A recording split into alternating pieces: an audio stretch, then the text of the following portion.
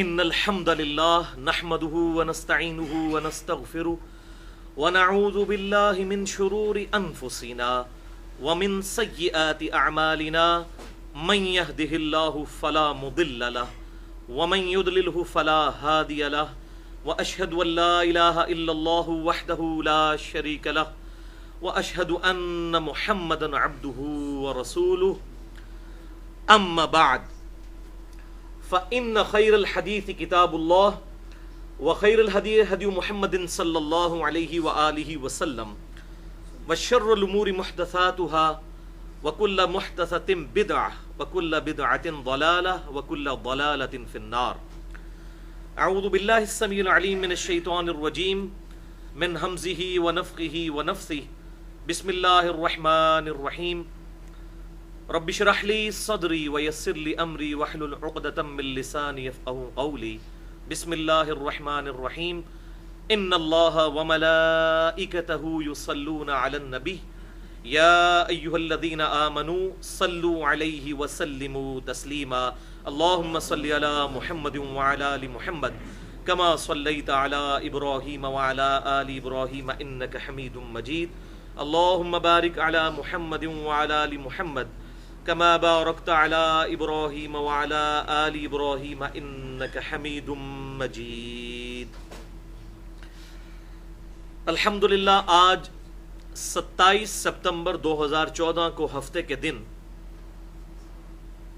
2 اور 3 ذوالحجہ 1435 ہجری کی درمیانی رات ہم انشاءاللہ تعالی قرآن کلاس نمبر 144 میں سورۃ التوبہ کی 4 آیات کو ان ڈیٹیل ڈسکس کریں گے،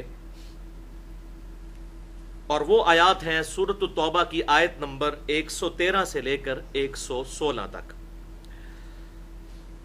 ہماری آج کی یہ گفتگو ایک حساس ترین ٹاپک پہ، ایک بڑے سینسٹیو ایشو پر انشاءاللہ ویڈیو بک بننے جا رہی ہے، اور ہماری آج کی گفتگو ہماری ویب سائٹ اہلسنتپاک.com پر، ہمارے یوٹیوب کے چینل اور tune.pk کے چینل انجینئر محمد علی مرزا کے تھرو اپلوڈ ہوگی، اور بھائی فیس بک پہ بھی انشاءاللہ اس کا لنک دے دیں گے. اور اس گفتگو کا عنوان ہوگا مسئلہ نمبر 98، ایمان ابی طالب اور والدین مصطفیٰ صلی اللہ علیہ وآلہ وسلم سے متعلق صحیح عقیدہ کیا ہے. مسئلہ نمبر 98، ایمان ابی طالب اور والدین مصطفیٰ صلی اللہ علیہ وآلہ وسلم سے متعلق صحیح عقیدہ کیا ہے.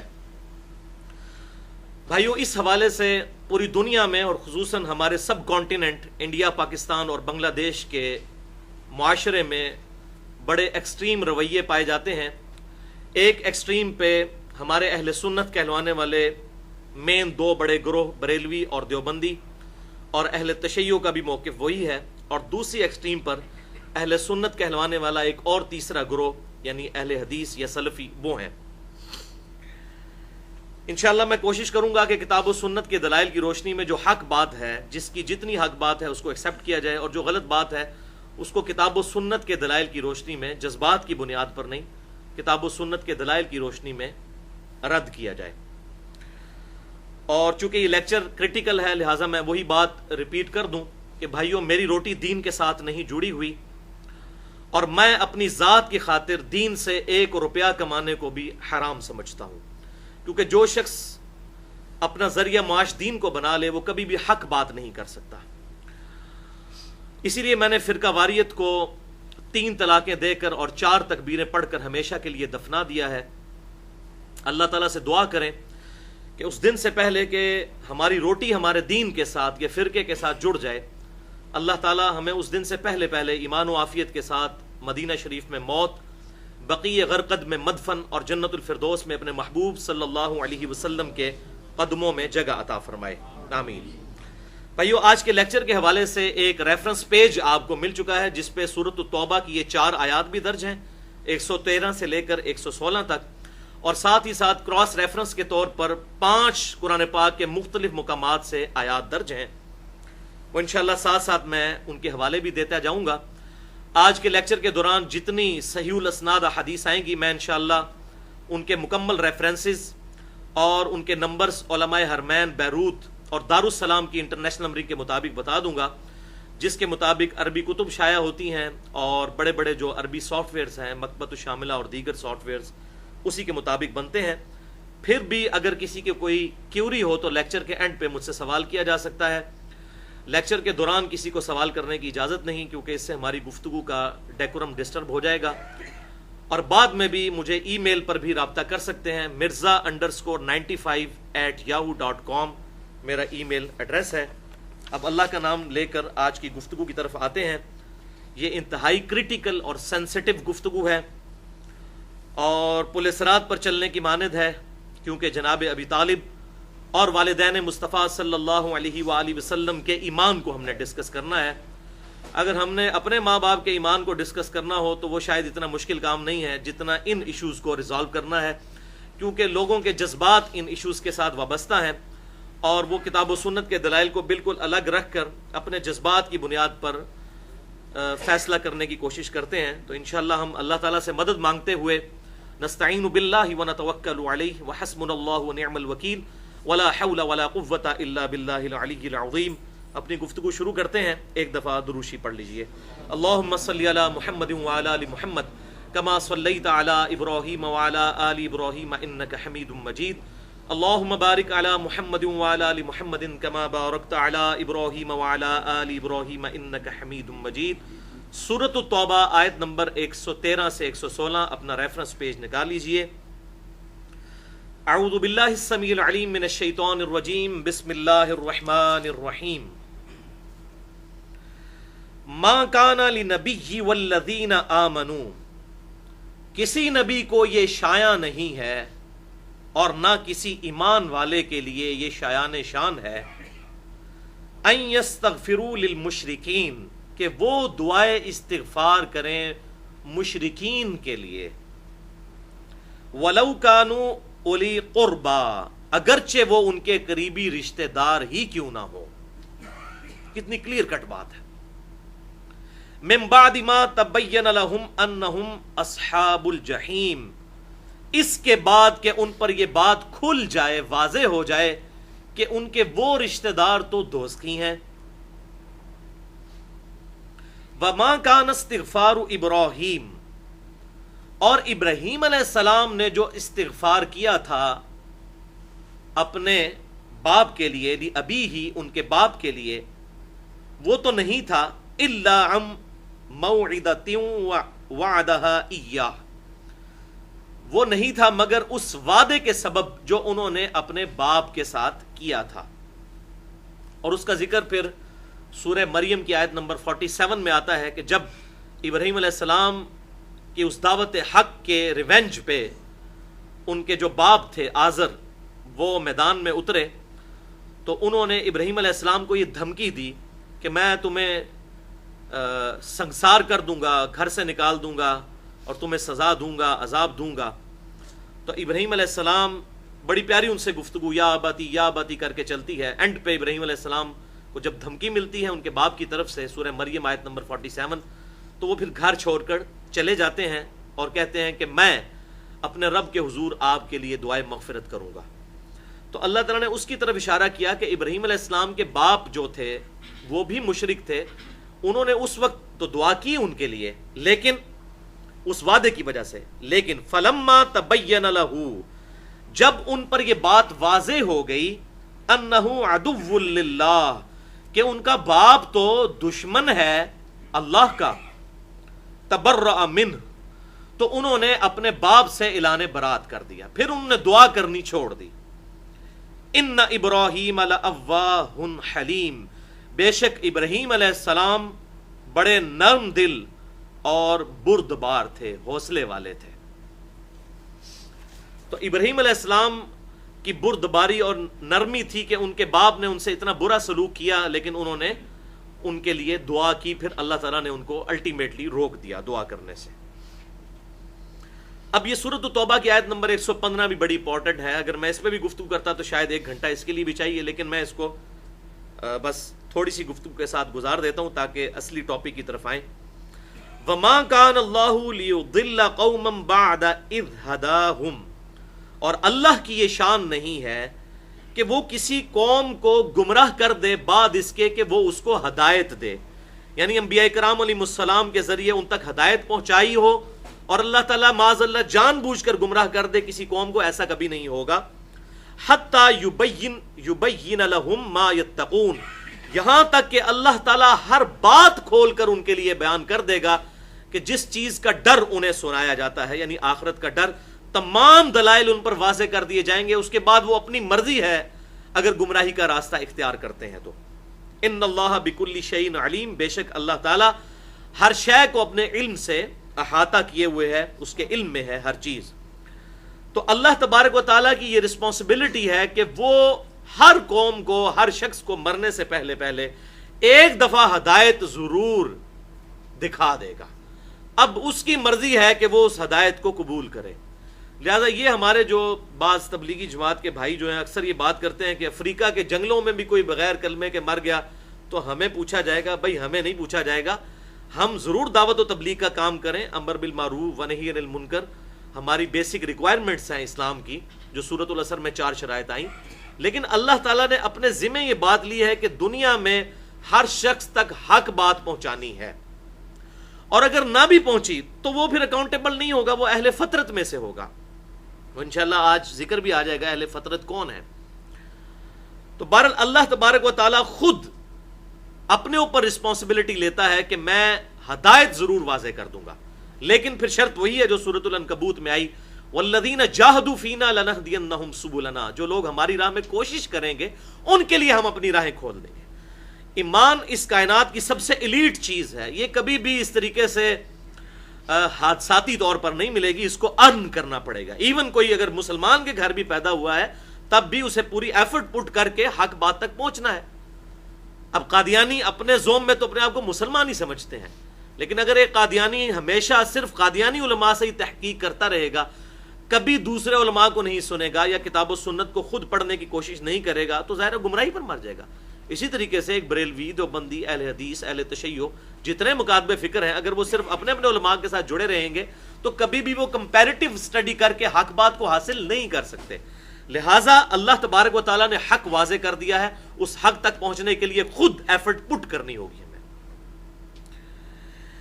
ان اللہ لہ ملک السماوات والارض، بے شک زمین و آسمان کی بادشاہت اللہ ہی کے پاس ہے، اسی کے لیے ہے۔ یحیی و یمیت، وہی زندہ کرتا ہے اور وہی موت دیتا ہے۔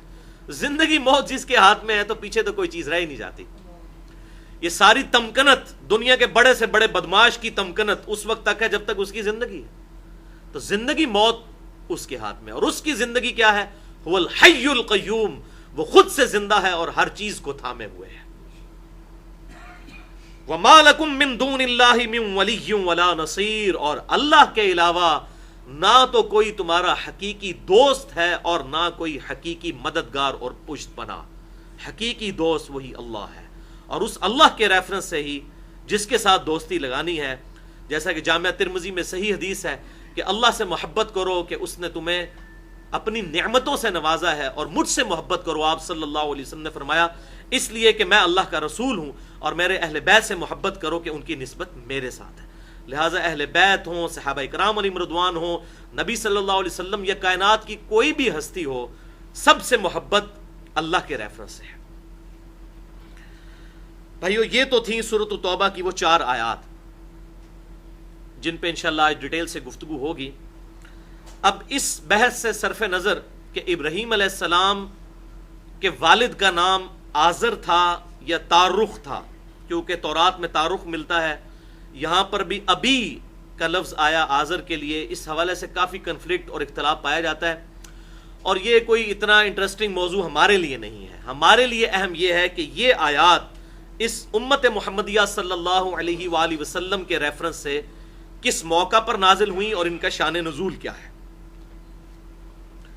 لہذا انہی آیات کے کانٹیکسٹ میں اور ایک اور آیت ہے سورۃ القصص کی آیت نمبر 56 جو آپ کے ریفرنس پر پہلی آیت ہے، ریفرنس نمبر 1۔ اس آیت کو پہلے پڑھ لیجئے۔ اعوذ باللہ السمیع العلیم من الشیطان الرجیم بسم اللہ الرحمن الرحیم انک لا تہدی من احببت ولکن اللہ یہدی من یشاء. بے شک اے محبوب صلی اللہ علیہ وسلم تم جس سے محبت کرتے ہو اسے ہدایت نہیں دے سکتے، اللہ جس سے چاہتا ہے ہدایت دے دیتا ہے. وَهُوَ أَعْلَمُ بِالْمُهْتَدِينَ، اور اسے خوب معلوم ہے کہ ہدایت کسے دینی ہے.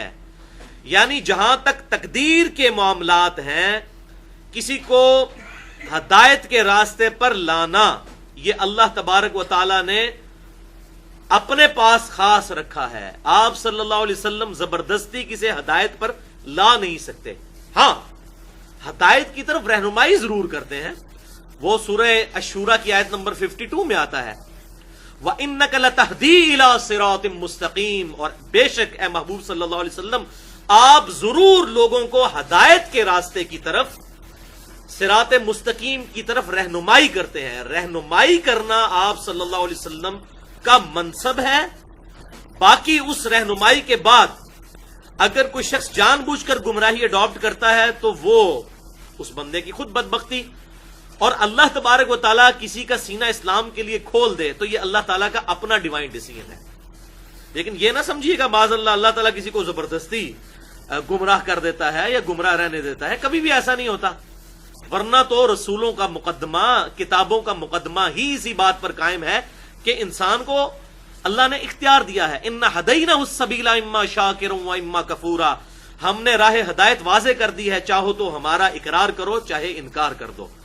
معاذ اللہ تعالیٰ کسی کو جان بوجھ کر گمراہ نہیں کرتا، بلکہ کوئی شخص جان بوجھ کر خود حق واضح ہونے کے باوجود، جس کو ہم اپنی وہ پنجابی کی لینگویج میں کہتے ہیں کہ جدھا کہاں چٹا ہو جائے ادھر علاج کوئی نہیں نا.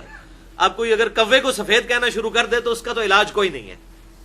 بالکل واضح ہے کہ کوا جو ہے وہ بلیک کلر کا ہوتا ہے، لیکن اگر کوئی زبردستی گمراہی پر اتر آئے تو اس کو پھر اللہ تعالیٰ زبردستی ہدایت نہیں دے گا. لیکن پھر بھی اللہ تعالیٰ چاہے ایسے شخص کے لیے بھی کوئی ایسی ہدایت کا دروازہ کھول سکتا ہے، دعا قبول ہو جائے.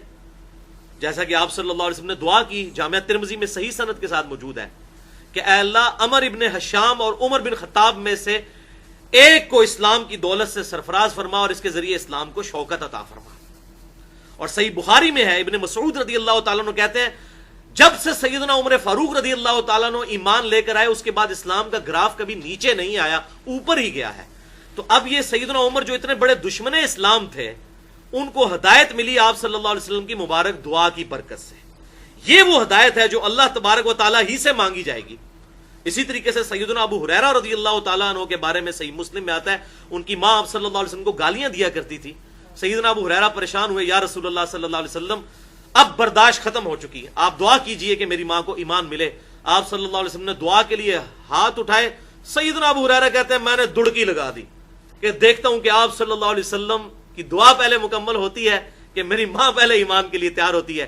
وہ کہتے ہیں کہ میں اپنے گھر کے دروازے پہ پہنچا تو میری والدہ غسل کر رہی تھی اور دروازہ بند تھا. انہوں نے کہا کہ باہر ہی رہو. غسل کر کے باہر آئی، اندر نہیں گئے، اور کہا کہ مجھے آپ صلی اللہ علیہ وسلم کے پاس لے چلو، میں اسلام قبول کر لوں. تو اب یہ جو ہدایت اس طرح کی ہے نا، یہ تو واقعی اللہ تبارک و تعالیٰ آپ صلی اللہ علیہ وسلم کی دعا کی برکت سے کسی کو ہدایت عطا فرمائے.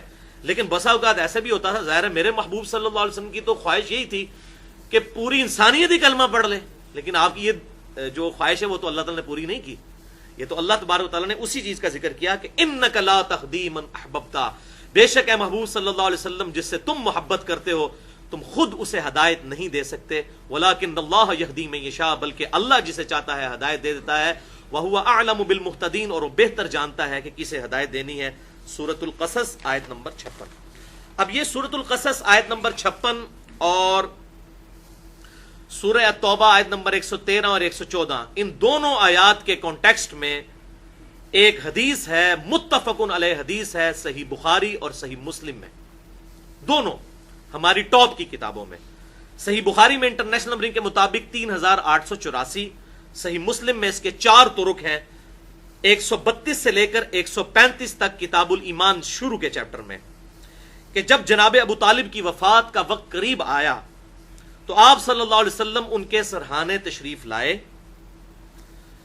اور فرمایا کہ چچا ایک دفعہ میرے کان میں لا الہ الا اللہ پڑھ دے میں اللہ کے حضور اسے دلیل بنا کر اللہ کے حضور جھگڑا کر سکوں گا دلائل کے ساتھ تیری بخشش کے لیے.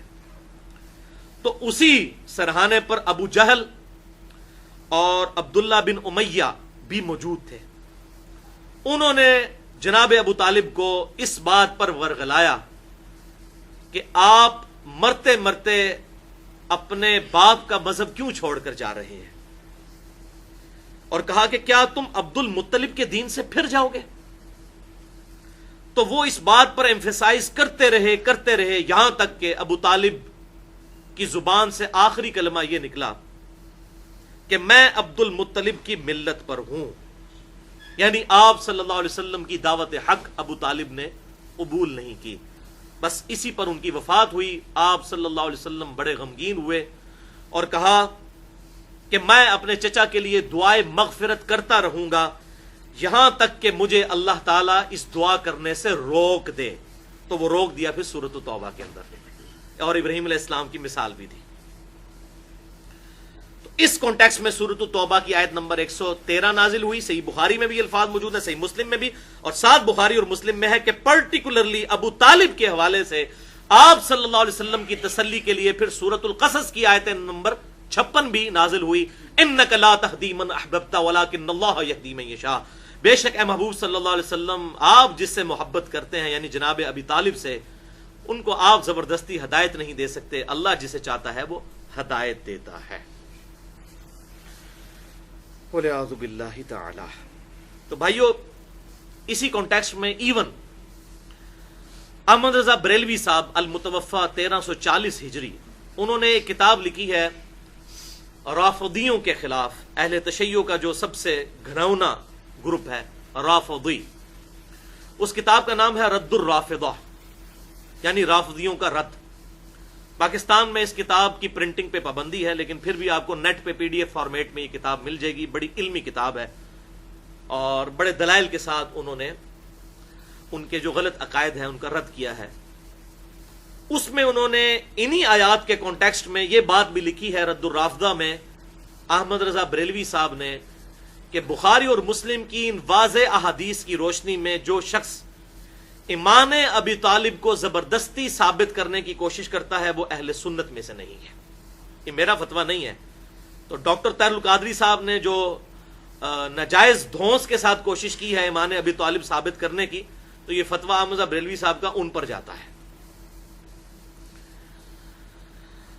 اور انہوں نے ڈنکے کی چوٹ پہ اس بات کا رد کیا کہ ابو طالب نے ایمان قبول نہیں کیا، بلکہ اہل سنت کا اس پر اجماع ہے. تمام مکاتب فکر کا، بریلوی ہوں، دیوبندی ہوں، اہل حدیث ہوں، یا جتنے اہل سنت کے آف شوٹ ہیں، حنفی، شافعی، مالکی، حنبلی، سب کے سب اس پر متفق ہیں کہ ابو طالب کی موت ایمان پر نہیں ہوئی. ایون اہل تشیع کے ہاں بھی کوئی روایت ایسی موجود نہیں ہے جس میں ایمان ابی طالب کا ذکر موجود ہو. وہ کہتے ہیں ہماری بکس خاموش ہیں، نہ تو ان کے کفر پہ دلائل دیتی ہیں اور نہ ایمان قبول کرنے پر، لہذا ان کے پاس بھی کوئی مضبوط چیز نہیں ہے. اہل سنت کا موقف ہی حق پر ہے. لیکن یہاں پر یہ بھی یاد رکھیے گا کہ جناب ابی طالب کا نام ہم احترام سے لیتے ہیں کیونکہ ان کے احسانات ہمارے محبوب صلی اللہ علیہ وسلم پر ہیں. ہم ان کے ساتھ ان کے الفاظ بدتمیزی کے ساتھ نہیں لیتے، اور اس کے دلائل میں بخاری اور مسلم کی ایک حدیث بھی بڑی رکت انگیز انشاءاللہ بھی بیان کروں گا. تو چاہے جناب ابی طالب ہوں، چاہے جناب عبد المطلب ہوں، نام ہم احترام سے رہیں گے. عبد المطلب کا معاملہ ڈیفرنٹ ہے، ان تک تو آپ صلی اللہ علیہ وسلم کی دعوت ہی نہیں پہنچی. آپ کی عمر مبارک 8 سال تھی تو عبد المطلب دنیا سے چلے گئے، لہذا ان کا معاملہ تو وہی ہے جو صحیح مسلم میں انٹرنیشنل نمبرنگ کے مطابق کتاب الایمان چیپٹر میں 386 نمبر حدیث ہے کہ جس کسی یہودی یا عیسائی نے میرے بارے میں سن لیا کہ میں اللہ کا پیغمبر ہوں اور مجھ پر ایمان نہ لایا تو وہ دوزخ میں جائے گا. اب ظاہر ہے جس نے سنا ہی نہیں ہے اس کے اوپر تو وہ اپلیکیشن نہیں لگائی جا سکتی. اور پھر اس سے بھی بڑھ کر بخاری اور مسلم کی متفق علیہ حدیث ہے. بخاری میں 4315، مسلم میں 4615. غزوہ حنین کے کانٹیکسٹ میں آتا ہے کہ صرف 80 بندے آپ صلی اللہ علیہ وسلم کے ساتھ رہ گئے تھے. اور سورۃ توبہ میں اس کا ذکر ہے کہ جب مسلمانوں نے اپنی کثرت پہ گھمنڈ کیا، 12,000 کا مسلمانوں کا لشکر تھا، لیکن وہ سب کا سب تتر بتر ہو گیا جب قبیلہ حوازن اور ثقیف کے تیروں کا ان کو سامنا کرنا پڑا۔ صرف نبی صلی اللہ علیہ وسلم اور آپ کے ساتھ 80 اصحاب رہ گئے۔ اس وقت آپ صلی اللہ علیہ وسلم، بخاری اور مسلم کا میں حوالہ دے چکا، ایک رجز پڑھتے ہوئے آگے گئے اور آپ نے لیڈ کیا اپنے اصحاب کو، انا النبی لا کذب انا ابن عبد المطلب، میں نبی ہوں، اس میں کوئی جھوٹی بات نہیں ہے، میں عبد المطلب کا بیٹا ہوں، میں نبی ہوں، اس میں کوئی جھوٹی بات نہیں، اور میں عبد المطلب کا بیٹا ہوں۔ تو آپ صلی اللہ علیہ وسلم نے فخریہ طور پر عبد المطلب کا نام بھی لیا اس رجز کے اندر۔ لہذا ہم تو احترام سے نام لیں گے، چاہے جناب ابی طالب ہوں، چاہے وہ عبد المطلب ہوں۔ اب اس حوالے سے کہ ان کا نام احترام سے اور ان کا احسان پوری امت پر ہے، بخاری اور مسلم کی متفق علیہ حدیث ہے۔ صحیح بخاری میں 3883، مسلم میں 510 سے لے کر 513 تک 4 طرق ہیں کہ سیدنا عباس بن عبد المطلب یعنی نبی صلی اللہ علیہ وسلم کے چچا، جناب ابی طالب کے چھوٹے بھائی اور جناب عبد المطلب کے بیٹے، انہوں نے آپ صلی اللہ علیہ وسلم سے عرض کی، اے اللہ کے رسول صلی اللہ علیہ وسلم، کیا آپ نے ابو طالب کو کوئی نفع پہنچایا؟ ابو طالب تو آپ کی خاطر لوگوں سے لڑتے تھے، آپ کی مدد کیا کرتے تھے، اور لوگوں سے آپ کی خاطر غصہ ہوا کرتے تھے۔ تو آپ صلی اللہ علیہ وسلم نے ارشاد فرمایا، ہاں میری وجہ سے ابو طالب کو نفع پہنچا، اگر میں نہ ہوتا، بخاری اور مسلم دونوں میں الفاظ ہیں، اگر میں نہ ہوتا تو ابو طالب دوزخ کی سب سے نچلی گھاٹی میں ہوتے۔ اب وہ دوزخ سے باہر نکال لیے گئے ہیں، صرف ان کے پاؤں ٹخنوں تک دوزخ میں ہیں، اور دوزخ کا سب سے کم عذاب ابو طالب کو ہو رہا ہے، یعنی آپ صلی اللہ علیہ وسلم کی شفاعت کی برکت سے۔ لیکن وہ کم عذاب بھی اتنا سخت ہے کہ پاؤں صرف دوزخ میں ہیں، لیکن اس کی وجہ سے ان کا دماغ ہنڈیا کی طرح کھولتا ہے۔ وَلِعَاذُ بِاللَّهِ تَعَالَى۔ استغفر اللہ واتوب الیہ۔ اور مسلم کے الفاظ ہیں، انٹرنیشنل نمبرنگ کے مطابق 511 نمبر جو طرق آتا ہے، اس میں الفاظ ہیں، وجدتہ فی غمرات من النار، میں نے انہیں دوزخ کی سب سے نچلی گھاٹی میں، ان گڑھوں میں پایا، فاخرجتہ الی ضحضاح، تو میں نے انہیں کھینچ نکالا ہلکے عذاب کی طرف، یعنی آپ صلی اللہ علیہ وسلم نے ان کو باہر نکال لیا۔ اچھا، اس سے یہ بھی بات پتہ چلی کہ اگر کوئی کافر ہے، اب قرآن و سنت کے دلائل کی روشنی میں تو کافر کو تو کوئی مرنے کے بعد نفع نہیں پہنچ سکتا، لیکن ابو طالب کا معاملہ ڈیفرنٹ تھا۔ ابو لہب بھی ہے، اس کے خلاف پوری سورت نازل ہوئی، لیکن ابو طالب کا معاملہ ڈیفرنٹ ہے، کیونکہ ان کے ہمارے محبوب صلی اللہ علیہ وسلم پر احسانات تھے، اور ایک احسان تو اللہ نے دنیا میں بھی اتروا دیا کہ آپ صلی اللہ علیہ وسلم کی پرورش کی ابو طالب نے، اور ابو طالب کے بیٹے سیدنا علی ابن ابی طالب کی پرورش کی نبی صلی اللہ علیہ وسلم نے۔ یہ دنیا میں ہی اللہ تعالیٰ نے ایک بدلہ اتروا دیا۔ بہرحال اس بخاری اور مسلم کی حدیث کے تحت ان ناسبیوں کا بھی رد ہو گیا جو یہ کہتے ہیں کہ جی ابو طالب کے کوئی آپ صلی اللہ علیہ وسلم پر احسانات نہیں، اب کوئی ضد میں آ جائے تو اس کا تو کوئی علاج نہیں ہے نا، تو وہ شیعہ کی ٹسل میں آ گیا، ہمارا بھائی اہل تشیع کے ساتھ یا ناسبیوں کے ساتھ یا کسی کے ساتھ کیا لینا دینا، بات ہے بخاری اور مسلم کی کہ ابو طالب کے احسانات ہیں ہمارے محبوب صلی اللہ علیہ وسلم پر۔ اب یہ نہیں ہے کہ سیدنا علی کے بغض میں آ کر کوئی ابو طالب کا انکار کرنا شروع کر دے کہ ان کے کوئی احسانات نہیں ہیں، ورنہ تو بخاری اور مسلم کا انکار لازم آئے گا۔ لہذا ہم جناب ابی طالب کا نام احترام کے ساتھ اس حوالے سے لیتے ہیں۔ اب جناب ابی طالب اور جناب عبد المطلب کے حوالے سے ہماری گفتگو کنکلوڈ ہوئی۔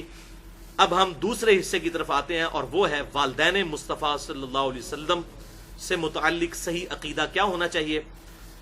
اس پہ جانے سے پہلے ایک دفعہ دروشی پڑھ لیجئے۔ اللہم صلی علی محمد وعلی آل محمد کما صلیت علی ابراہیم وعلی آل ابراہیم انک حمید مجید۔ اللہم بارک علی محمد وعلی آل محمد کما بارکت علی ابراہیم وعلی آل ابراہیم انک حمید مجید۔ بھائیو، والدین مصطفیٰ صلی اللہ علیہ وآلہ وسلم سے متعلق کیا عقیدہ ہونا چاہیے، اس کے لیے جو ہم نے اصول اور مبادی کھڑے کرنے ہیں وہ قرآن کی روشنی میں کرنے ہیں، کیونکہ ہمارے عقائد کی بنیادی کتاب ہے القرآن۔ لہذا قرآن پاک کے ریفرنس سے اگلے کراس ریفرنسز جو آپ کے پاس ہیں آپ کے ریفرنس پیج پہ، ان پر آ جائیے۔ کراس ریفرنس نمبر 2، سورۃ المائدہ کی آیت نمبر 19۔ اعوذ باللہ السمیع العلیم من الشیطان الرجیم، بسم اللہ الرحمن الرحیم۔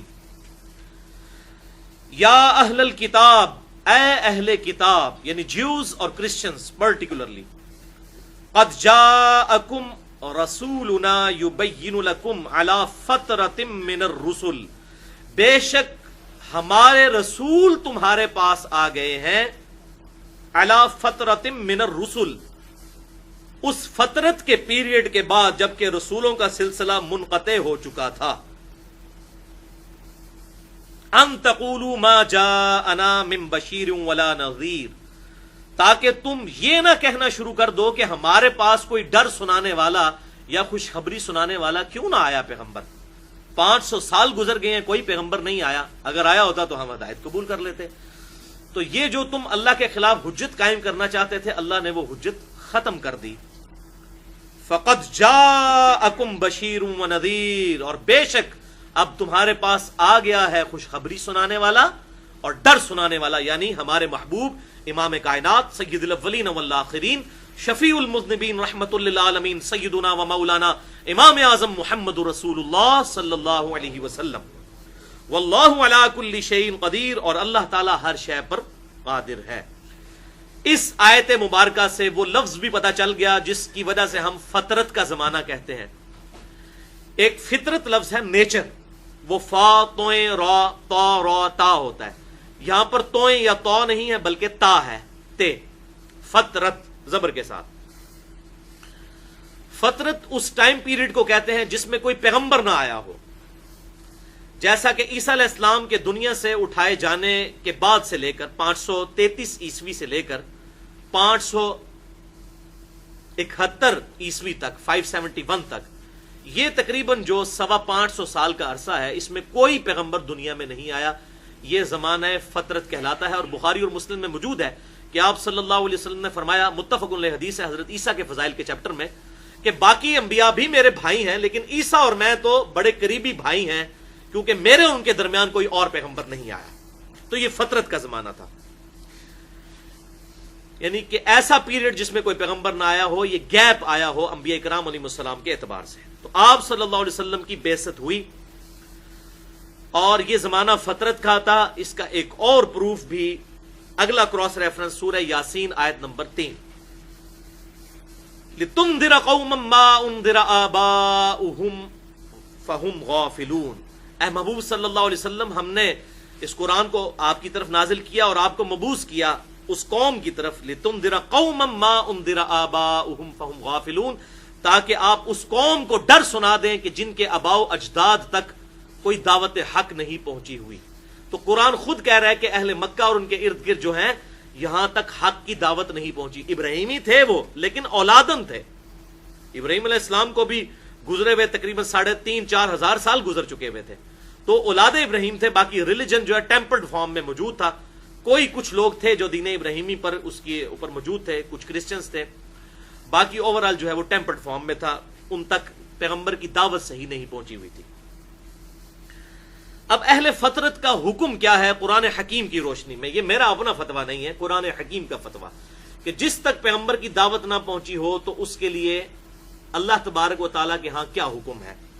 سورہ بنی اسرائیل آیت نمبر 15، وَمَا كُنَّا مُعَذِّبِينَ حَتَّى نَبْعَثَ رَسُولًا، اور ہم کبھی بھی عذاب نہیں کرنے والے کسی قوم کو یہاں تک کہ اس کے اندر رسول کو مبعوث نہ کر دیں۔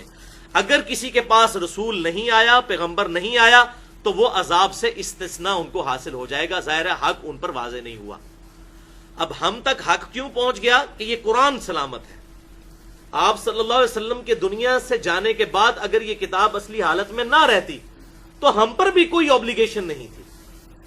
اسی لیے آپ صلی اللہ علیہ وسلم کی نبوت چونکہ قیامت تک کے لیے تھی، لہٰذا یہ کتاب بھی قیامت تک کے لیے محفوظ کر دی گئی. انا نحن نزلنا الذکر وانا له لحافظون، بے شک اس الذکر یاد دہانی قرآن کو ہم نے نازل کیا اور ہم اس کی حفاظت کرنے والے ہیں. اور بخاری اور مسلم کی متفق علیہ حدیث ہے جو میں نے مسئلہ نمبر 1 ہے امام الانبیاء کی دعوت قرآن، اس میں بھی بیان کی ہے کہ آپ صلی اللہ علیہ وسلم کا خلیفہ اس امت پر وہ قرآن ہے، کوئی شخصیت نہیں ہے، کیونکہ آپ کی نبوت قیامت تک کے لیے ہے، آپ کا خلیفہ بھی قیامت تک کے لیے ہے القرآن، جو آپ صلی اللہ علیہ وسلم کا سب سے بڑا معجزہ ہے. اس میں کافی احادیث اور آیات کے حوالے سے میں نے اس ایشو کو ایڈریس کیا ہے. لہذا آپ صلی اللہ علیہ وسلم کی دعوت ہم تک پہنچی ہے بالکل محفوظ حالت میں، ٹیمپرڈ فارم میں نہیں، لہذا ہم اللہ تعالیٰ کی بارگاہ میں جواب دہ ہیں. لیکن اگلے لوگوں کی اکاؤنٹیبلٹی اس لیے نہیں تھی کہ وہاں پر کتابیں ٹیمپر ہو جاتی تھیں اور پھر پیغمبر آ جایا کرتے تھے. بخاری اور مسلم کی متفق علیہ حدیث ہے کہ بنی اسرائیل کے اندر مسلسل انبیاء کا سلسلہ جو ہے وہ تقریباً 1500 سال تک جاری رہا. ایک پیغمبر فوت ہونے سے پہلے اگلے پیغمبر کو اپنا خلیفہ بنا کر جاتا تھا، لہٰذا کوئی ایمبیگوٹی اور ابہام پیدا ہی نہیں ہوتا تھا. اب ایمبیگوٹی دور کرنے کے لیے ہمارے پاس الحمدللہ کتاب اللہ اپنی اصلی حالت میں موجود ہے، اسی لیے اسے کتاب کو محفوظ کیا گیا. اگلی کتابیں نہیں محفوظ، نہ اولڈ ٹیسٹیمنٹ یعنی تورات اور نہ نیو ٹیسٹیمنٹ یعنی انجیل محفوظ ہے، کیونکہ اس وقت پیغمبر آ جاتے تھے. لیکن اگر اب یہ فائنل ٹیسٹیمنٹ یعنی القرآن بھی معاذ اللہ ٹیمپر ہو جاتا تو ہم اللہ تعالیٰ کی بارگاہ میں چھٹی ہو جانی تھی، ہماری کوئی پیشگی نہیں ہونی تھی، بغیر پیشی کے ہی مغفرت ہو جانی تھی. لیکن اس کی وجہ سے ہم اکاؤنٹیبل ہیں. الحمدللہ یہ کتاب بہت بڑی نعمت ہے. اور اسی کانٹیکسٹ میں وہ صحیح مسلم کی حدیث بھی دوبارہ یاد کر لیں 386 نمبر کتاب الایمان میں کہ آپ صلی اللہ علیہ وسلم نے فرمایا کہ جس یہودی یا عیسائی نے میرے بارے میں سن لیا کہ میں اللہ کا پیغمبر ہوں پھر مجھ پر ایمان نہ لایا تو وہ اکاؤنٹیبل ہوگا، وہ دوزخ میں جائے گا. اگر افریقہ کے جنگلوں کے اندر کسی شخص تک آپ صلی اللہ علیہ وسلم کی دعوت نہیں پہنچی تو اس کے لیے کلمہ پڑھنا ضروری نہیں، بس اس کے لیے ایک اجمالی سا عقیدہ اللہ کے بارے میں وہ سفیشینٹ ہے، عقیدہ بنیادی توحید. باقی تفصیلات تو ظاہر ہے یہاں مسلمانوں کو سمجھانی مشکل ہو رہی ہے. تو وہ ایسے لوگ جن تک اس طریقے سے انبیاء کرام علیہ السلام کی دعوت نہیں پہنچی تو اللہ تعالیٰ کی بارگاہ میں اکاؤنٹیبل نہیں ہے. اب رہا بھائیو صحیح مسلم کی وہ 2 حدیثوں کا مسئلہ جس کی وجہ سے والدین مصطفیٰ صلی اللہ علیہ وسلم کے بارے میں زبان درازی کی جاتی ہے. قرآن پاک کی ان آیات اور احادیث کی روشنی میں ایک بات تو بالکل کلیئر ہوگی کہ آپ صلی اللہ علیہ وسلم کے والدین اہل فطرت ہیں. کیوں کہ آپ صلی اللہ علیہ وسلم کے جو والد گرامی تھے جناب عبداللہ، وہ آپ صلی اللہ علیہ وسلم کی پیدائش سے پہلے ہی فوت ہو گئے تھے، تقریباً 18 سال کی عمر میں، ان کی عمر بڑی چھوٹی تھی. اور آپ صلی اللہ علیہ وسلم کی والدہ محترمہ جناب آمنہ، وہ آپ صلی اللہ علیہ وسلم کی جب عمر مبارک 6 سال تھی تو وہ دنیا سے چلی گئیں. لہٰذا ان تک کوئی دعوت آپ صلی اللہ علیہ وسلم کے ریفرنس سے نہیں پہنچی. اور قرآن بھی کہہ رہا ہے لِتُنذِرَ قَوْمًا مَا أُنذِرَ آبَاؤُهُمْ فَهُمْ غَافِلُونَ. آپ کو اس کی طرف پیغمبر بنا کر اس قوم کی طرف بھیجا گیا ہے جن کو آباء و اجداد کو کوئی ڈر سنانے والا نہیں آیا. اور وَمَا كُنَّا مُعَذِّبِينَ حَتَّى نَبْعَثَ رَسُولًا، ہم کبھی بھی کسی قوم کو عذاب دینے والے نہیں یہاں تک کہ نبی ان میں مبعوث نہ کر دیں. قرآن کا مقدمہ بالکل 14ویں کے چاند کی طرح اور چمکتے ہوئے سورج کی طرح بالکل کلیئر ہے آپ صلی اللہ علیہ وسلم کے والدین کے بارے میں. اب رہا صحیح مسلم کی وہ 2 حدیثیں جن کی وجہ سے بعض لوگ جو ہیں وہ عقائد کے اندر دوسری طرف ڈیویٹ کر گئے. میں ان کو بھی یہاں پر ایڈریس کر دوں کیونکہ اہل حق کی نشانی یہ ہوتی ہے کہ مخالفین کے دلائل کو بھی ایڈریس کیا جاتا ہے، صرف اپنی نہیں ٹھوکی جاتی یا اپنی زبردستی کسی کے دماغ میں نہیں ڈالی جاتی بلکہ مخالفین کے دلائل بھی. لیکن یہ بات یاد رکھیے گا کہ اصول اور مبادی قرآن حکیم کے خلاف کوئی ایکسیپٹ نہیں ہوں گے.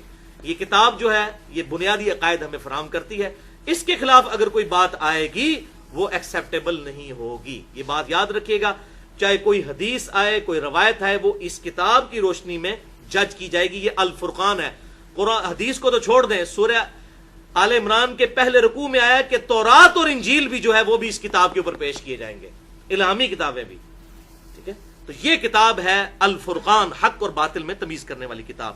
الحمدللہ کوئی صحیح حدیث جو ہے جس کی سند ٹھیک ہو وہ کبھی بھی کتاب اللہ کے خلاف نہیں ہوگی. ہاں بسا اوقات ہمیں لگتا ہے بظاہر کوئی آیات ٹکرا رہی ہوتی ہیں، جیسا کہ ایک ابھی آپ نے بڑی ریسنٹ ایگزامپل میں نے آج ڈسکس کی کہ سورہ قصص میں آیا انک لا تہدی من احببتا، اے نبی آپ ہدایت دے ہی نہیں سکتے جس سے محبت کریں، بلکہ اللہ ہدایت دیتا ہے. اور سورہ الشورى کے اندر آیت نمبر 52 میں بالکل الٹ بات آئی، انک لتہدی الی صراط مستقیم، آپ تو ضرور ہدایت دیتے ہیں صراط مستقیم کی طرف۔ تو بظاہر یہ دو آیات ٹکرا رہی تھی، لیکن ٹکرا نہیں رہی۔ وہاں پر ہے کہ آپ صلی اللہ علیہ وسلم کسی کی تقدیر کا فیصلہ نہیں کر سکتے، یہاں پر ہے کہ آپ ہدایت کی طرف رہنمائی کرتے ہیں۔ وہاں ہے لا تہدی، نہیں ہدایت دے سکتے، یہاں ہے لتہدی۔ دیکھیں لام الف زبر لا اور لام زبر لا کا کتنا فرق ہے۔ لام تاکید بن جاتا ہے، عربی میں تو الٹ مطلب بن جاتا ہے۔ لا کا مطلب ہے نہیں، لا کا مطلب ہے ضرور، اگر الف نہ ہو ساتھ تو۔ اسی والے سے میں نے وہ مسئلہ نمبر 23 تقریباً 55 منٹ کا ریکارڈ ہے، قرات سیکھنے کا طریقہ میں نے 40 منٹ کے اندر پورا قرات کیسے ایک عربی قرات کوئی سیکھ سکتا ہے وہ لیکچر دیکھا جا سکتا ہے، مسئلہ نمبر 23۔ اس میں بھی یہ میں نے لا اور لا کا فرق بتایا۔ تو وہ دو حدیثیں بھی آپ ڈسکس کر لیتے ہیں اینڈ پہ۔ پہلی حدیث ہے صحیح مسلم کی انٹرنیشنل نمبرنگ کے مطابق پوری 500 نمبر حدیث، 500 نمبر حدیث صحیح مسلم کے اندر، کہ ایک شخص نے آپ صلی اللہ علیہ وسلم کی خدمت میں حاضر ہو کر عرض کی، اے اللہ کے رسول صلی اللہ علیہ وسلم، این ابی، میرا باپ کہاں ہے؟ یعنی اس کی آخرت میں کیا معاملہ ہوا ہے؟ چونکہ آپ صلی اللہ علیہ وسلم پر وحی نازل ہوتی ہے، آپ کو اللہ تعالیٰ غیبی خبریں عطا فرماتا ہے، تو میرے باپ کے بارے میں مجھے بتائیے، این ابی، میرا باپ کہاں پر ہے؟ تو آپ صلی اللہ علیہ وسلم نے ارشاد فرمایا، فی النار، تیرا باپ تو دوزخ کی آگ میں ہے۔ تو وہ شخص غمگین ہو کر وہاں سے چل دیا۔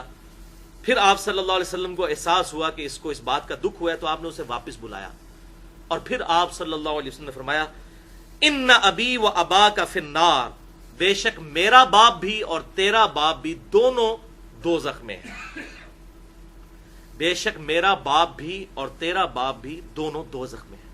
تو اس حدیث کی وجہ سے جو صحیح مسلم میں 500 نمبر حدیث ہے، لوگ کہتے ہیں کہ آپ صلی اللہ علیہ وسلم کے جو والد گرامی ہیں وہ معاذ اللہ استغفر اللہ دوزخ میں ہیں۔ تو الفاظ ذرا نوٹ کریں، اس میں والد کے الفاظ نہیں ہیں، ان ابی کے الفاظ ہیں۔ اب ابی عربی زبان میں باپ کے لیے بھی بولا جاتا ہے اور چچا کے لیے بھی بولا جاتا ہے، اور اس کے پروف میں قرآن پاک کی اگلی میں آیت پیش کروں گا، اور حافظ ابن کثیر رحمہ اللہ کا قول بھی پیش کروں گا اسی آیت کے کانٹیکسٹ میں، کہ عربی زبان میں چچا کو بھی باپ کے طور پر پریزنٹ کیا جاتا ہے۔ والد کا لفظ جو ہے نا وہ ان ایمبیگوس ہوتا ہے، والد وہی ہوگا جس کی وجہ سے اس کی پیدائش ہوئی۔ اب آپ صلی اللہ علیہ وسلم ہمارے والد تو نہیں ہیں، لیکن ہمارے باپ ہیں روحانی طور پر۔ کیوں؟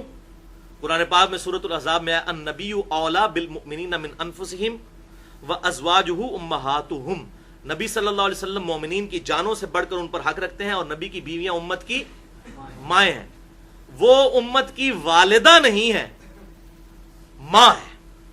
آپ صلی اللہ علیہ وسلم ہمارے روحانی باپ ہیں، والد نہیں ہے۔ ہاں کوئی سید ہو اور اہل بیت میں سے ہو، اس کا معاملہ ڈیفرنٹ ہے، وہ تو ظاہر ہے کہ آل رسول میں سے ہے، لیکن ایز اے امت ہم آل محمد میں داخل ہیں، سب کے سب امتی، کیونکہ آپ صلی اللہ علیہ وسلم کے امتی ہیں۔ آل محمد میں پوری امت داخل ہے، ہاں اہل بیت میں وہی ہیں جو آپ صلی اللہ علیہ وسلم کی اولاد میں سے ہیں۔ تو بہرحال اس کے ثبوت میں آپ کا آخری کراس ریفرنس ہے سورۃ البقرہ کی آیت نمبر 133، کہ ابی کا لفظ قرآن پاک نے چچا کے لیے بھی بولا ہے، اور اسی کانٹیکسٹ میں بخاری اور مسلم سے حدیث بھی میں انشاءاللہ ایک پیش کروں گا۔ اعوذ باللہ السمیع العلیم من الشیطان الرجیم، بسم اللہ الرحمن الرحیم۔ ام کنتم شہداء اذ حضر یعقوب الموت، اے یہودیو کیا تم اس وقت وہاں پر موجود تھے جب یعقوب علیہ السلام کی موت کا وقت قریب تھا؟ یعنی یہودی جو ہے وہ اپنے آپ کو بڑا کہتے تھے کہ ہم دین ابراہیمی کے اوپر ہیں، یعقوب علیہ السلام کا چونکہ لقب ہے اسرائیل، سورہ آل عمران میں ان کا لقب اسرائیل آیا ہے، اسی وجہ سے بنی اسرائیل ایک سورت بھی موجود ہے۔ اسرائیل یعقوب علیہ السلام کا لقب ہے، جو کہ ابراہیم علیہ السلام کے پوتے تھے، حضرت اسحاق کے بیٹے۔ تو اللہ تعالیٰ فرماتا ہے یہودیو، یعقوب علیہ السلام کی جب موت کا وقت قریب آیا تھا، کیا تم اس وقت وہاں پر موجود تھے؟ اذ قال لبنیہ ما تعبدون من بعدی، جبکہ انہوں نے اپنے بیٹوں کو، 12 بیٹے تھے جن سے یہودیوں کے پھر 12 قبائل بنے، اپنے بیٹوں کو موت کے وقت بلا کر انہوں نے کیا نصیحت کی تھی؟ انہوں نے کہا تھا ما تعبدون من بعدی، بتاؤ تم میرے بعد کس کی عبادت کرو گے؟ یہ باپ دیکھیں مرتے مرتے توحید کی دعوت دے کر جا رہا ہے اپنی اولاد کو. کوئی یہ نہیں کہہ رہا کہ میرے بعد فلاں پلاٹ تم لے لینا اور فلاں بینک بیلنس تم لے لینا. توحید، فکر ہے آخرت کی، عقیدہ توحید کی. یہ بتاؤ کہ میرے بعد تم کس کی عبادت کرو گے؟ قالوا نعبد الہک و الہ آبائک ابراہیم و اسماعیل و اسحاق. انہوں نے کہا کہ ابا جان ہم عبادت کریں گے آپ کے الہ کی، آپ کے معبود کی، جس کا تعارف آپ نے ہمیں کروایا ہے. وَإِلَٰهَ آبَائِكَ، اور آپ کے جو باپ ہیں ان کی، ابراہیم علیہ السلام، و اسماعیل اور اسماعیل علیہ السلام، و اسحاق اور اسحاق علیہ السلام کی. الہ واحدا، اور الہ تو سب کا ایک ہی تھا اور ایک ہے. وَنَحْنُ لَهُ مُسْلِمُونَ، اور ہم اسی کے لیے فرما برداری اپنی شو کرتے ہیں، اسی کے فرما بردار ہیں. یہاں پر یعقوب علیہ السلام کے بیٹوں نے حضرت ابراہیم کو اپنا باپ کہا. وہ تو بات سمجھ آتی ہے، ان کے دادا تھے. لیکن ابراہیم کے بعد کس کو اپنا باپ کہا؟ اسماعیل کو. اسماعیل علیہ السلام تو ان کے باپ نہیں تھے، چچا لگتے تھے. کیوں؟ کہ حضرت یعقوب علیہ السلام کے جو اپنے والد محترم تھے وہ تو حضرت اسحاق تھے. حضرت اسماعیل تو ان کے بھائی تھے حضرت اسحاق کے، لہذا وہ حضرت یعقوب علیہ السلام کے چچا تھے. جب باپ کا چچا ہے تو اولاد کا بھی وہ چچا ہوگا. لیکن یہاں پر ابی کا لفظ ان کے چچا کے لیے بھی بولا گیا، اور اسی پر حافظ ابن کثیر المتوفا 774 ہجری، جن کو اہل سنت کہلوانے والے تینوں گروہ بریلوی، دیوبندی اور اہل حدیث اپنے بزرگوں میں شمار کرتے ہیں، اور ان کی تفسیر کو ایک اعلیٰ درجے کی تفسیر مانتے ہیں. اگرچہ میرے نزدیک اس میں کئی ایک عقائد جو ہیں کتاب و سنت کے خلاف ہیں، اور بسا اوقات شرک کی بو بھی آتی ہے ان عقائد سے. بہرحال میں نے اس کا رد مختلف موقعوں پر کیا ہے. اوورال ایک اچھی کوشش ہے وہ. اس میں انہوں نے اسی آیت کے کانٹیکسٹ میں لکھا، یہی بحث کی کہ حضرت یعقوب علیہ السلام کی اولاد نے کیوں کہا کہ حضرت اسماعیل ہمارے باپ ہیں. تو انہوں نے کہا اس لیے کہا کہ عرب کی لنگوسٹک کے اندر، عرب کی میتھولوجی میں چچا کے لیے بھی باپ کا لفظ بولا جاتا تھا. اس لیے انہوں نے حضرت اسماعیل کو بھی اپنے باپ کے طور پر شمار کیا، حالانکہ ان کا اپنا باپ یعقوب اور یعقوب کے باپ حضرت اسحاق اور ان کے باپ حضرت ابراہیم علیہ السلام تھے. وہ لڑی چل رہی تھی بنی اسرائیل کی. اب اسی کانٹیکسٹ میں ایک حدیث ہے جو بخاری اور مسلم کی متفق علیہ حدیث ہے. صحیح بخاری میں 1468، صحیح مسلم میں 2277، اور یہ صحیح مسلم کے الفاظ ہیں جو میں پڑھنے لگا ہوں. مشکات میں بھی اس کا نمبر 1778 مشکات میں بھی موجود ہے، زکوٰۃ والے چیپٹر میں، کہ سیدنا عمر فاروق رضی اللہ تعالیٰ عنہ کو آپ صلی اللہ علیہ وسلم نے زکوٰۃ وصول کرنے کے لیے بھیجا. تو سیدنا عباس بن عبد المطلب جو حضور صلی اللہ علیہ وسلم کے چچا تھے، یعنی جناب ابی طالب کے چھوٹے بھائی، تو وہ تازہ مسلمان ہوئے تھے. انہوں نے زکوٰۃ دینے سے انکار کر دیا حضرت عمر کو. صحیح مسلم میں الفاظ ہیں 2277 نمبر حدیث میں، آپ صلی اللہ علیہ وسلم کو سیدنا عمر نے آ کر شکایت کی کہ آپ کے چچا جو ہیں وہ تو زکوٰۃ جمع ہی نہیں کروا رہے. تو آپ صلی اللہ علیہ وسلم نے فرمایا کہ میرے چچا عباس بن عبد المطلب کی زکوٰۃ میرے ذمہ ہے، اور اے عمر سن لو، ان عم الرجل سنو ابی، بے شک انسان کا چچا باپ کی مثل ہوتا ہے. صحیح مسلم میں سے تھا نا، ان ابی، بے شک میرا باپ اور تیرا باپ دوزخ میں ہے، اور یہ صحیح مسلم میں ہی ہے 2277 کہ عمر عباس میرا چچا ہے، اور یاد رکھ کہ چچا باپ کی مثل ہوتا ہے. مسلم کا جواب مسلم شریف سے، قرآن سے تو خیر اس سے پہلے، اس سے بڑا جواب الحمدللہ. تو یہ معاملہ اس حوالے سے کلیئر ہو گیا کہ یہ بیسیکلی آپ صلی اللہ علیہ وسلم نے جو فرمایا کہ میرا باپ اور تیرا باپ آگ میں ہے، تو اس سے مراد تھے جناب ابی طالب، جن کے بارے میں بخاری اور مسلم میں ہم سن چکے. آپ صلی اللہ علیہ وسلم کو ظاہر ہے کہ ان کے مرنے کا غم تھا، وہ باپ کی طرح ہی تھے، پالا بھی تھا، چچا سگے بھی تھے، اور پھر پرورش بھی کی تھی. آپ صلی اللہ علیہ وسلم کے لیے وہ لڑتے بھی تھے، غصہ بھی کرتے تھے، اور وہ ایک جو قبیلہ تھا بنو ہاشم، اس کے وہ سردار تھے. اور آپ صلی اللہ علیہ وسلم کی دعوت و تبلیغ میں جتنی تکالیف تھیں، اس پہ دنیاوی طور پر سبب تو اللہ تعالیٰ نے 2 ہستیوں کو ہی بنایا تھا. ایک حضرت ختیجہ تھی رضی اللہ تعالیٰ عنہا، ان کے مال کے ذریعے، اور ابو طالب کی اسٹرینتھ کے ذریعے آپ صلی اللہ علیہ وسلم کی اللہ تعالیٰ نے مدد فرمائی تھی. بہرحال تو یہاں پر کنایا ہے تیرا باپ اور میرا باپ، ابھی کے الفاظ ہیں، والد کے نہیں، لہٰذا ہمیں قرآن پاک کی ان آیات کی روشنی میں تعویل کرنی پڑے گی. کیوں کہ لِتُنذِرَ قَوْمًا مَّا أُنذِرَ آبَاؤُهُمْ فَهُمْ غَافِلُونَ اور وَمَا كُنَّا مُعَذِّبِينَ حَتَّى نَبْعَثَ رَسُولًا. بالکل واضح ہے کہ یہ باپ سے مراد یہاں پر آپ صلی اللہ علیہ وسلم نے اپنے چچا ابی طالب، جناب ابی طالب کو لیا. اب دوسری اور آخری حدیث جو اس کانٹیکسٹ میں پیش کی جاتی ہے وہ صحیح مسلم میں انٹرنیشنل نمبرنگ کے مطابق 2257 ہے، مشکات میں بھی اس کا نمبر 1763 ہے، کہ آپ صلی اللہ علیہ وسلم اپنی والدہ کی وفات کے تقریباً 50 سال کے بعد ان کی قبر پر گئے، اور آپ صلی اللہ علیہ وسلم قبر مبارک پر جا کر انتہائی روئے، اتنے روئے کہ تمام صحابہ کرام، مسند امام احمد میں آتا ہے تقریباً 1000 کے قریب صحابہ آپ کے ساتھ تھے. مسلم شریف میں ان کی تعداد نہیں آئی، وہ سب کے سب رونا شروع ہو گئے. پھر آپ صلی اللہ علیہ وسلم نے فرمایا کہ میں نے اللہ تعالیٰ سے دعا کی تھی کہ مجھے اپنی والدہ کی قبر کی زیارت کی اجازت دی جائے، تو مجھے اللہ تعالیٰ نے اجازت دے دی. میں نے اللہ تعالیٰ سے دعا کی کہ میں ان کے لیے مغفرت کی دعا کروں، تو اللہ تعالیٰ نے مجھے اس سے روک دیا. اب تم قبروں پر جایا کرو تاکہ آخرت کی یاد آئے. قبروں پر جایا کرو، مزارات کے اوپر نہیں ہے، یہ قبروں کے اوپر ہے. اب جہاں پر جا کر بے حیائی کا طوفان بدتمیزی برپا ہو، عورتوں اور مردوں کا اختلاط ہو، وہاں پہ آخرت کیا یاد آئے گی؟ لوگ تو آج مزارات کے اوپر وہ اپنے ویڈیو والے فون لے جاتے ہیں اور جا کر وہ پھر عورتوں کی ویڈیوز بناتے ہیں. قبروں پر جاؤ تاکہ آخرت کی یاد آئے. جہاں پر آپ صلی اللہ علیہ وسلم کی نافرمانی کے کام ہوتے ہوں وہاں جانے کی کوئی فضیلت نہیں ہے. تو آپ صلی اللہ علیہ وسلم نے فرمایا قبروں پر جاؤ تاکہ آخرت کی یاد آئے. تو اس حدیث کی وجہ سے بعض نے یہ موقف اڈاپٹ کیا کہ آپ صلی اللہ علیہ وسلم کو اپنی والدہ کے لیے دعا کرنے سے روک دیا گیا، تو یہ انڈائریکٹ دلیل ہے کہ آپ صلی اللہ علیہ وسلم کی والدہ ایمان پر نہیں تھیں.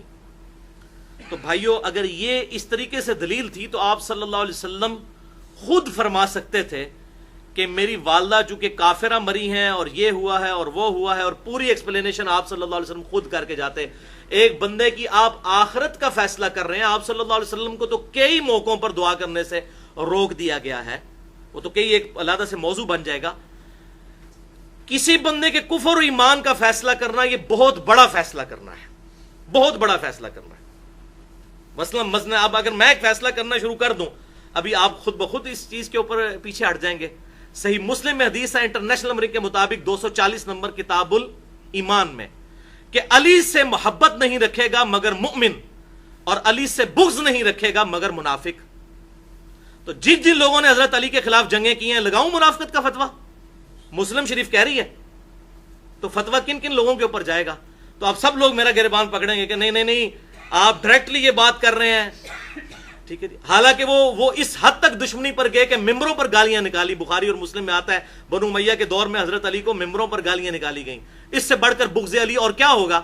تو لگاؤں فتویٰ صحیح مسلم 240 منافقین کے نام گننے شروع کروں؟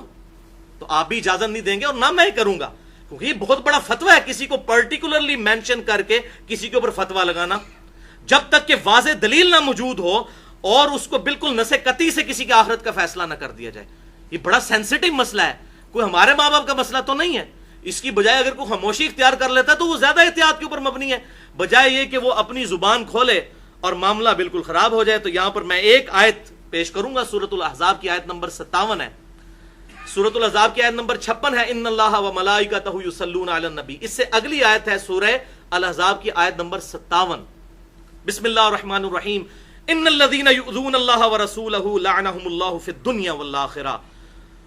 جو لوگ بے شک اذیت دیتے ہیں اللہ اور اس کے رسول کو، ان پر لعنت ہے دنیا اور آخرت کی زندگی میں.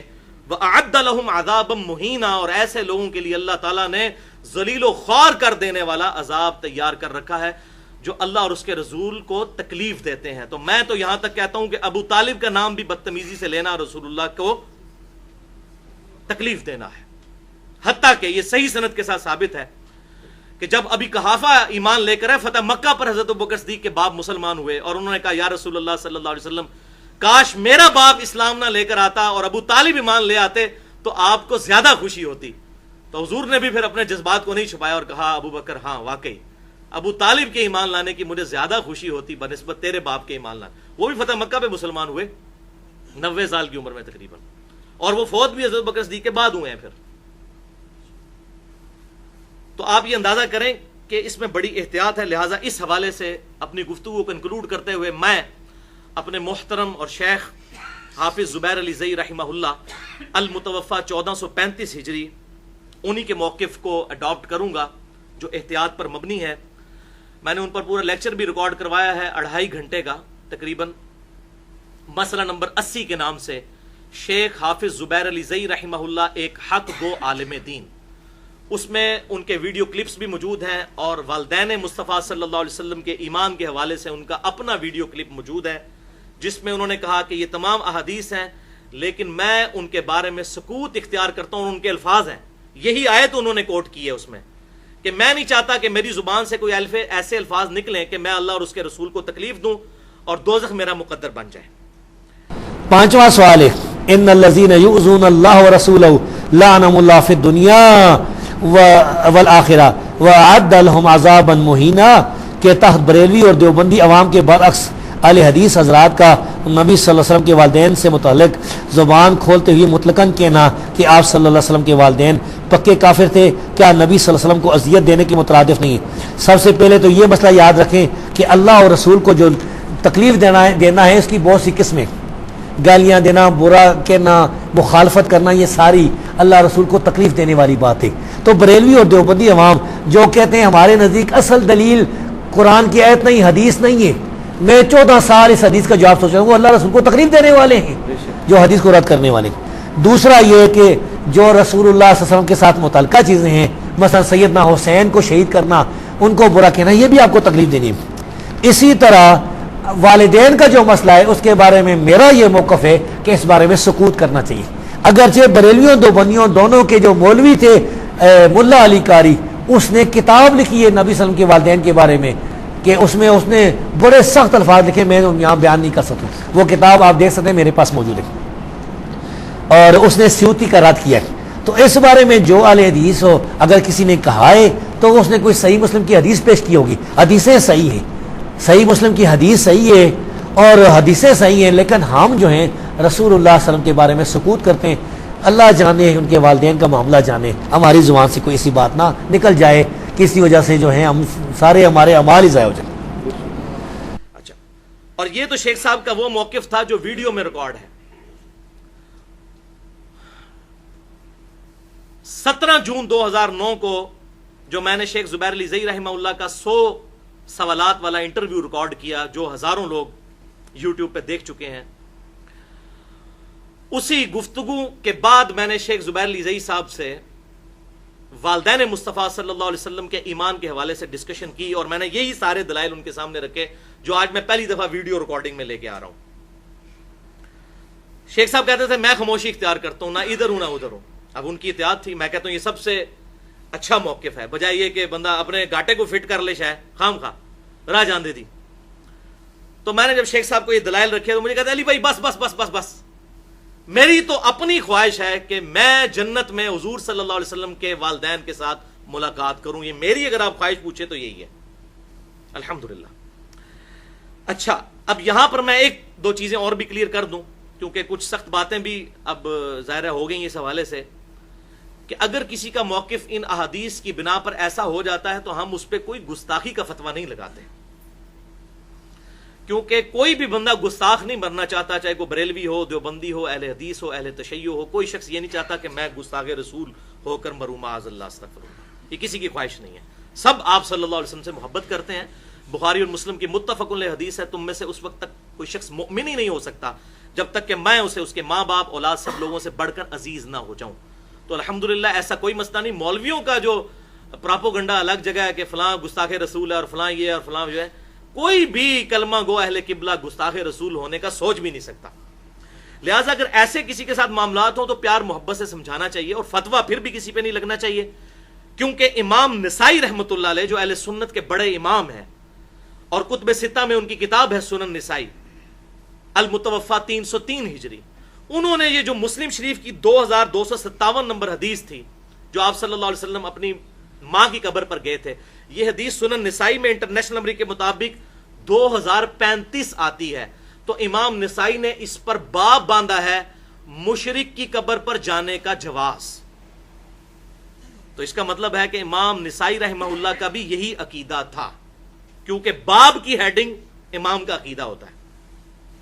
جیسے امام بخاری نے کتاب الاستئذان چیپٹر میں صحیح بخاری کے اندر ایک باب باندھا ہے 2 ہاتھ سے مصافحے کا جواز، اور نیچے وہ حدیث لے کے آئے کہ عبداللہ بن مسعود رضی اللہ تعالیٰ عنہ کو آپ صلی اللہ علیہ وسلم نے تشہد تعلیم فرمایا اس حال میں کہ آپ صلی اللہ علیہ وسلم کے دونوں مبارک ہاتھوں میں ان کا ہاتھ تھا. اس سے امام بخاری نے ایک رزلٹ نکالا کہ کسی کے ہاتھ کو 2 ہاتھ سے پکڑا جا سکتا ہے، یہ جائز ہے. اور نیچے سلف کے اقوال بھی لکھے کہ سلف 2 ہاتھ سے مصافحہ بھی کرتے تھے. تو یہ امام بخاری کا عقیدہ تھا. اس طریقے سے امام نسائی نے بھی لکھا. اسی وجہ سے علماء عرب کی اکثریت اور پاکستان میں بھی جو اہل حدیث مکتبہ فکر ہے اہل سنت میں سے، ان کی اکثریت جو ہے وہ آپ صلی اللہ علیہ وسلم کے والدین کے ایمان کے قائل نہیں ہے.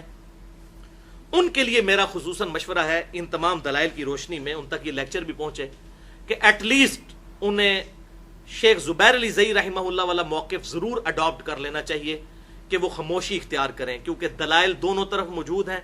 اور احتیاط کا تقاضا بھی یہ ہے کہ آپ سے یہ پوچھا نہیں جانا کہ آپ صلی اللہ علیہ وسلم کے والدین مسلمان تھے یا کافر تھے، تو خام خواہ اپنے گلے مصیبت نہ فٹ کریں اور کہیں اللہ اور اس کے رسول صلی اللہ علیہ وسلم کو اذیت نہ دے لی جائے. لیکن یہاں پر میں ہمارے جو بریلوی اور دیوبندی بھائی ہیں جو اس وقت سب کے سب آپ صلی اللہ علیہ وسلم کے والدین کے ایمان کے قائل ہیں، ان کے لیے بھی میں ایک ذرا کڑوی بات کر دوں تاکہ ان کو بھی ذرا اس حوالے سے تسلی ہو جائے کہ ان کے بزرگ بھی کیا گل کھلا کے گئے ہیں. ملا علی قاری جو حنفیوں کے مرشد اعظم ہیں، المتوفا 1014 ہجری، ملا علی قاری جن کی وہ شرح مشکات بھی ہے، یعنی امام حنیفہ رحمۃ اللہ علیہ اور قاضی ابو یوسف اور امام محمد کے بعد اگر سب سے بڑی کوئی پرسنالٹی گزری ہیں وہ ملا علی قاری ہیں. انہوں نے ایک پوری کتاب لکھی ہے اس ٹاپک کے اوپر، وَلِعَاذُ بِاللَّهِ تعالی. اس کتاب وہ عربی میں انہوں نے لکھی، تقریباً 100 صفحوں پر ہے. وہ کتاب میں نے دیکھی ہے، مکتبۃ الشاملہ میں عقیدے والا جو پورشن ہے اس میں وہ کتاب موجود ہے. اور اس کتاب کا نام کیا ہے عربی میں اردو میں آپ کو نام بتا دیتا ہوں.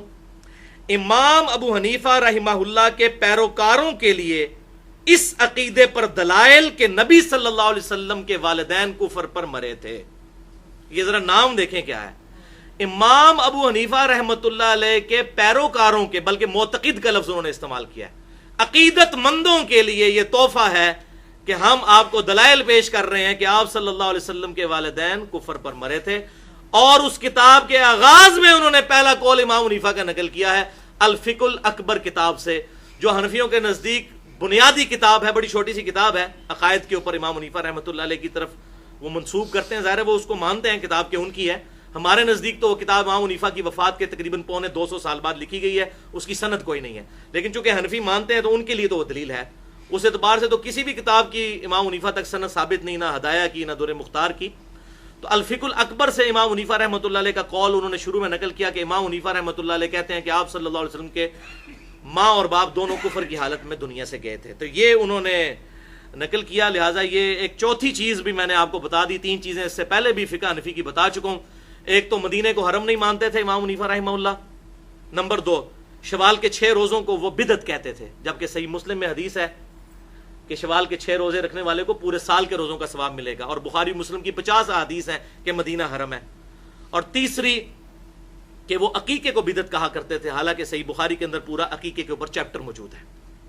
اور یہ آج چوتھی چیز بھی آپ کو پتہ چل گئی امام حنیفہ رحمۃ اللہ علیہ کے ریفرنس سے، اگر یہ ان کی کتاب ان تک واقعی پہنچتی ہے تو، ورنہ یہ پیچھے والے لوگ جو ہیں یہ انہی کا کارنامہ ہے.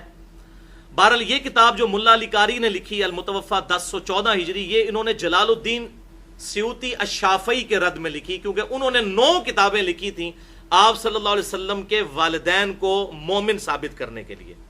اب جلال الدین سیوطی وہ ہیں جن کو اہل حدیث بھی رحمۃ اللہ علیہ کہتے ہیں، بریلوی بھی رحمۃ اللہ علیہ کہتے ہیں، دیوبندی بھی رحمۃ اللہ علیہ اور امام سیوطی کہتے ہیں. جبکہ میرے نزدیک ان کے عقائد کے اندر بہت فساد موجود تھا. ایون یہ جو شیخ ذکریہ کا واقعہ ہے قبر سے ہاتھ باہر نکالنے والا، یہ سیوطی نے نقل کیا ہے. شیخ ذکریہ نے بیچارے نے ادھر سے اٹھایا ہے، یہ اصل جو معاملہ ہے یہ تو سیوطی کا کیا ہوا ہے. اس قسم کے بڑے معاملات. ان کی کتاب شرح الصدور فی الاحوال القبور، اس میں تو انہوں نے عجیب و غریب واقعات سیوطی نے لکھے ہیں کہ حضور کی وفات کے 500 سال بعد آپ صلی اللہ علیہ وسلم صحابہ سمیت کسی بزرگ کا جنازہ پڑھنے کے لیے آ گئے.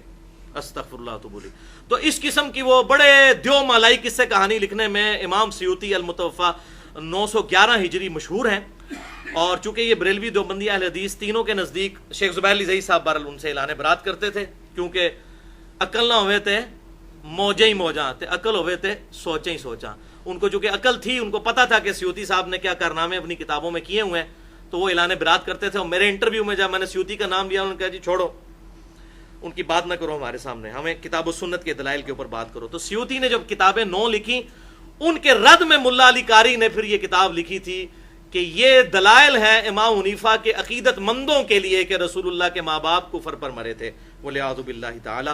بہرحال سیوطی صاحب نے بھی اس میں بڑی زیادتیاں کی. وہ کتاب کے اندر انہوں نے جو جھوٹی روایتیں اکٹھی کی، کیونکہ اس فن میں وہ بڑے ماسٹر تھے اس قسم کی روایات لکھنے میں. تو سیوطی صاحب نے اس کتاب کے اندر لکھا کہ آپ صلی اللہ علیہ وسلم نے اپنے ماں باپ کی وفات کے بعد ان کو قبر سے زندہ کیا اور پھر کلمہ پڑھایا دوبارہ والعیاذ باللہ تعالی. تو آپ مجھے بتائیں، اگر کوئی مرنے کے بعد زندہ کر کے اس طریقے سے فرضی طریقے سے کلمہ بھی کسی کو پڑھایا جائے تو کلمہ تو کسی کام کا نہیں ہے اگر وہ کفر پر مرا ہے. تو سورۃ الانبیاء کی آیت نمبر 95 ہے کہ حرام ہے اس بستی کے لیے کہ ہم جسے موت دے دیں کہ وہ قیامت سے پہلے وہ واپس آ جائے. مرا ہوا شخص تو کبھی دنیا میں آ نہیں سکتا. تو اب اس قسم کے واقعات، اور پھر مجھے صد افسوس اس وقت ہوا جب میں نے حافظ ابن کثیر کو سورۃ التوبہ کی آیت نمبر 113 سے 116 کے دوران تفسیر ابن کثیر میں، ابن کثیر المتوفا 774 ہجری، انہوں نے بھی یہ روایتیں نقل کی. اور امام طحاوی المتوفا 321 ہجری اور امام قرطبی المتوفا 668 ہجری، ان کے حوالے سے یہ کہا کہ آپ تو ماں باپ کی بات کرتے ہیں، حضور نے تو ابو طالب کو بھی دوبارہ زندہ کر کے کلمہ پڑھایا تھا. اور حافظ ابن کثیر کہتے ہیں کہ ان روایتوں کی اگر صحت کو صحیح بھی مان لیا جائے تو کوئی مسئلہ نہیں ہے. مسئلہ کیوں نہیں ہے؟ تو قرآن کے خلاف چلی جائیں گی سورۃ الانبیاء آیت نمبر 95. یہ تو روایتیں ثابت ہی نہیں ہیں، بالکل جھوٹی روایتیں ہیں. ملا علی قاری نے پھر ان روایتوں کا رد کیا، اور ان روایتوں کا رد ان کا بالکل ٹھیک ہے کہ سب کل جھوٹی روایتیں، ظاہر ہے آدھا سچ بڑا خطرناک ہوتا ہے. تو ملا علی قاری نے جو پوری کتاب لکھی ہے اس میں ساری باتیں غلط نہیں لکھی ہیں. جو جھوٹی باتیں تھیں سیوطی صاحب کی، وہ انہوں نے ان کا رد کیا، اور امام قرطبی کا اور حافظ ابن کثیر نے جو انڈورس کیا ہے اس کا بھی رد ہوا. لہذا یہ بالکل غلط ہے. ہم اس عقیدے کو قرآن حکیم کے بالکل خلاف سمجھتے ہیں. اور بخاری اور مسلم کی وہ متفق علیہ حدیث بھی یاد کر لیجئے کہ آپ صلی اللہ علیہ وسلم نے فرمایا کہ توبہ موت کے غرغرے سے پہلے پہلے قبول ہوتی ہے. تو جو بندہ مر گیا اس کو قبر سے نکال کے کوئی توبہ کروا بھی لے تو کسی کام کی نہیں. جب وہ زندہ تھا اور اس پہ نزع کا عالم آ گیا، موت کا غرغرہ آ گیا، تو اس کی بھی توبہ قبول نہیں ہے. چاہے جائے کہ ایک بندے مرے ہوئے بندے کو آپ زندہ کریں، جو روایتیں بھی بالکل جھوٹی ہیں. لہٰذا آج کی گفتگو کا کنکلوژن کیا ہے کہ جناب ابو طالب کی وفات کفر پر ہوئی، لیکن ہم ان کا احترام کرتے ہیں کیونکہ ان کا احسان ہمارے محبوب صلی اللہ علیہ وسلم پر ہے. اور آپ صلی اللہ علیہ وسلم کے والدین جو ہیں یہ اہل فطرت میں سے تھے. لہٰذا ہم وہ ایکسٹریم رویہ بھی اختیار نہیں کرتے کہ انہوں نے وہ کلمہ پڑھ لیا زندہ ہو کے دوبارہ اور یہ معاملات، اور نہ ہم دوسری طرف جاتے ہیں. احتیاط کا تقاضا یہ ہے کہ ہم ان کے معاملے میں خاموشی اختیار کرتے ہیں، ان کو اہل فطرت میں داخل کرتے ہوئے معاملہ اللہ تعالیٰ کے سپرد کرتے ہیں. اور میں آخر میں ضرور دعا کروں گا شیخ زبیر علی زئی رحمہ اللہ کے لیے، اللہ تعالیٰ ان کی قبر کو نور سے بھر دے کہ جنہوں نے یہ جرت کی. پاکستان میں ظاہر ہے کہ ان کے لیول کا کوئی عالم نہ تھا، نہ اب کوئی ہے موجود علمی اعتبار سے. میرے نزدیک تو علماء عرب میں بھی اسماء و رجال کے علم کے اعتبار سے، چاہے شیخ البانی ہو یا کوئی اور، شیخ زبیر علی زئی صاحب کو اللہ تعالیٰ نے جو ملکہ دیا تھا کسی اور کی مہارت نہیں تھی. اور کسی کو شوق ہو تو وہ مسئلہ نمبر 80 ضرور دیکھے. شیخ زبیر علی زئی رحمہ اللہ ایک حق گو عالم دین، اس میں نے اس کے علمی دلائل بھی دیے ہیں کہ وہ کتنی بڑی شخصیت تھے. انہوں نے کم از کم ایک دفعہ یہ اعلان حق بلند کیا ہے کہ بھائی خاموشی اختیار کرو. اور میں انشاءاللہ تعالی کوشش کروں گا، اب یہ کریٹیکل لیکچر ہے، کہ میں اس لیکچر کے اینڈ پہ وہ کلپ بھی شیخ صاحب کا ڈال دوں تاکہ اگر کسی نے میری بات کو نہیں ماننا ضد اور ہٹ درمی کی وجہ سے، کم از کم وہ شیخ زبیر علی زئی صاحب کی بات کا ضرور ریگارڈ کرے کہ اتنا بڑا عالم جس کے پاس علمی دلائل بھی موجود تھے، پھر بھی انہوں نے اس معاملے میں احتیاط سمجھی اور کسی بھی گستاخی سے بچنے کے لیے انہوں نے کہا کہ ہم خاموشی اختیار کرتے ہیں. انہوں نے کہا حدیثیں بالکل ٹھیک ہیں، حدیثوں کا انکار نہیں ہے. وہ آگے نہیں گئے اس کی تعویلات کی طرف، میں نے الحمدللہ اس کی علمی دلائل بھی سامنے رکھے ہیں. کسی کو بھی اختلاف ہو سکتا ہے, ہم یہ نہیں کہتے کسی پہ فتویٰ نہیں لگاتے. میں تو امام نسائی پہ فتویٰ نہیں لگایا کہ انہوں نے کیوں باب باندھا, ہم کسی پہ فتویٰ نہیں لگاتے, یہ خوارج کا طریقہ ہے. اور اہل سنت کا منہج یہ ہے کہ کسی کی علمی دلائل کے ساتھ اس کا رد کر دیا جائے, اس کے بعد معاملہ اللہ تعالیٰ پر چھوڑ دیا جائے. اللہ تعالیٰ سے دعا ہے جو حق بات میں نے کہی اللہ تعالیٰ ہمارے دلوں میں راسخ فرمائے.